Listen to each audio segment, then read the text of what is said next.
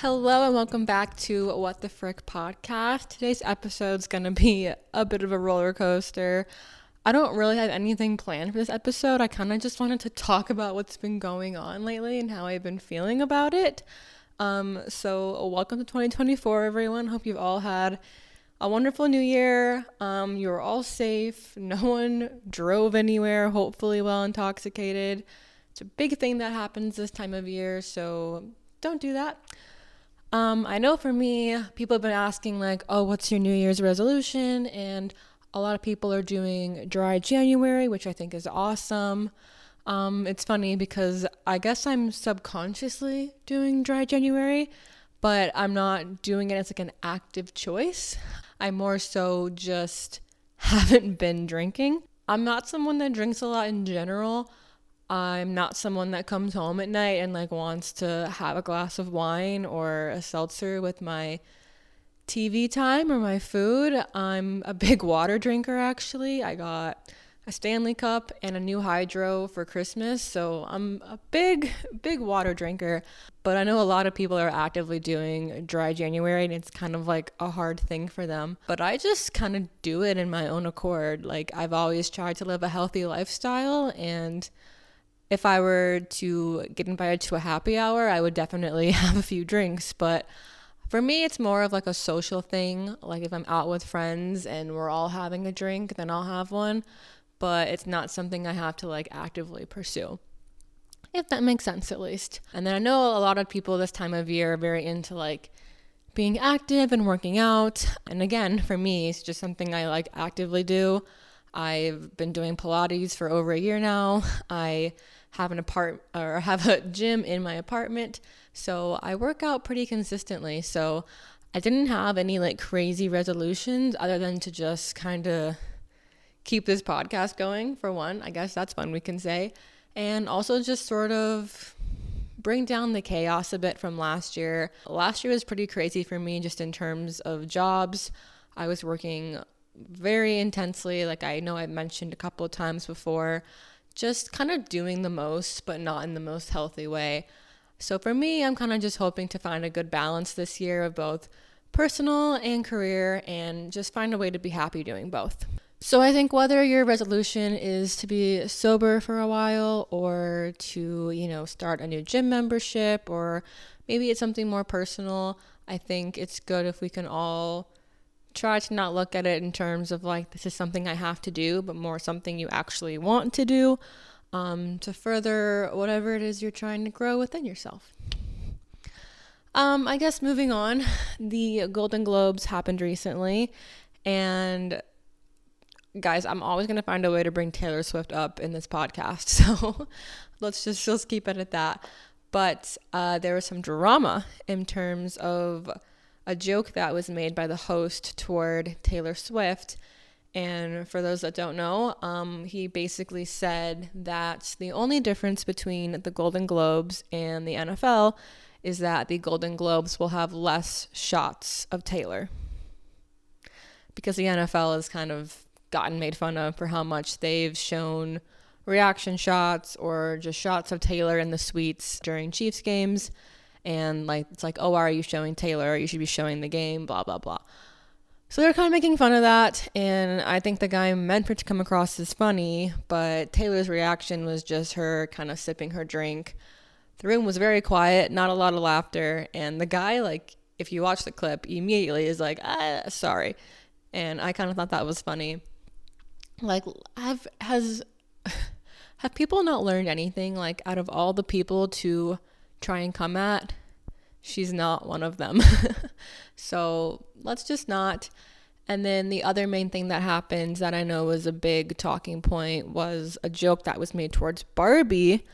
Obviously Barbie and Barbenheimer, as they called it over the summer, it was a big global hit, and they kind of opened the same weekend. And the host made another joke about how Oppenheimer was this thing based off this like Pulitzer Prize. I didn't see the movie, so I don't know, but some like very nice high-end comment about Oppenheimer. And then he went on to say, and Barbie was based off of a plastic doll with big boobies. And it's like the entire movie of Barbie is literally surrounded about like misogyny and how men don't get what it's like, and to call out like literally the number one movie of the year in like a negative fashion like that just had like very poor taste. None of the reaction shots from people in the Barbie movie looked very good, and just overall wasn't a good look, and people on the internet were not loving it. And the host did say he didn't write all of the jokes himself, which to me just comes across even worse. It's like, okay, there was a group of people who sat in a room like helping you write these jokes, and multiple people saw both this Taylor Swift joke and this Barbie joke and went, yeah, that's gold. Let's use that on national TV. Ugh, it's just like, it's not a good look, especially for a year where I think women really stood out and had a big presence with the Taylor Swift concert, the Taylor Swift movie, Beyonce's tour and Beyonce's movie, obviously Barbie, like I said, being like the number one movie in the world and so on, and just a lot of like good things and good positive growth happening for women overall. And then for like one of the two jokes from these like very powerful feminine roles just getting kind of attacked it wasn't a good look. So we just all need to do better. Men, again, it's like, come on now. Hopefully a woman was not part of the writing of that joke, but no one was laughing. So obviously Barbie did win an award, so amazing for Barbie and all of the people involved in that. And again, just kind of happy to have another event where Taylor Swift was shown. So it's absolutely amazing and gorgeous. And I guess to go back to her, it's like another slap in the face that she is who she is. And like one of the first comments made about her was in conjunction to her boyfriend and her relationship to Travis Kelce. And it's like she's an award-winning musician, like over and over, Grammy-nominated, Grammy-winning artist who had like the biggest tour ever, one of the biggest concert films ever. And she's here on her own accord for her own accomplishments, and one of the first things said about her has to do with her relationship to a man. So even though she's obviously very happy and with this man, like that should not have been like the first thing said about her, especially at an award show that she was invited to because she was nominated, not him. So just a quick little pop culture moment there for you guys. But that was kind of news lately, so kind of wanted to just put that out there into the world, of course. So I've always felt like the month of January is just kind of overall weird and not the most fun. We all just, had the holidays and got to see family and friends and have time off from work to just kind of like sit around, and whether you were eating a bunch of food or drinking alcohol or playing games or just literally enjoying your time off. Like now we're kind of thrown back into what is, reality. And there's not a whole lot to look forward to. It's like you have Thanksgiving, and that's kind of like the start of everything. And then you have like a couple of weeks until whether you have like Hanukkah or Christmas or whatever you celebrate. And then it's like, okay, it's almost New Year's. So there's just kind of like this like month where people are just, I don't want to say lazy, but just kind of more keen on like doing more personal things, which I think is actually a good thing. And just kind of like in this more, I don't know, relaxed lifestyle.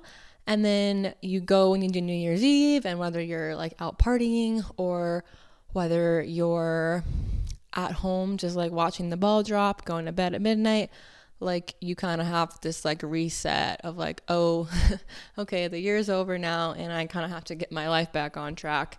And for some people that might just be like, all right, well, back to work on Monday. And I know for me, it's a lot of just like figuring out kind of like next steps, like I mentioned earlier, of like what I have going on and what I want to do. But it's just kind of like, I don't want to say depressing, but again, it's like the next holiday is, I think, Valentine's Day, which is like not even a real holiday. And for a lot of people, it's not a holiday at all because you like don't have anyone to do anything or celebrate with. And it's just kind of like this like money hungry holiday that people use to like go out to dinner and like, get stuff. And as a girl, I'm sure I would love it if, I had like a long-term boyfriend who planned something really fun.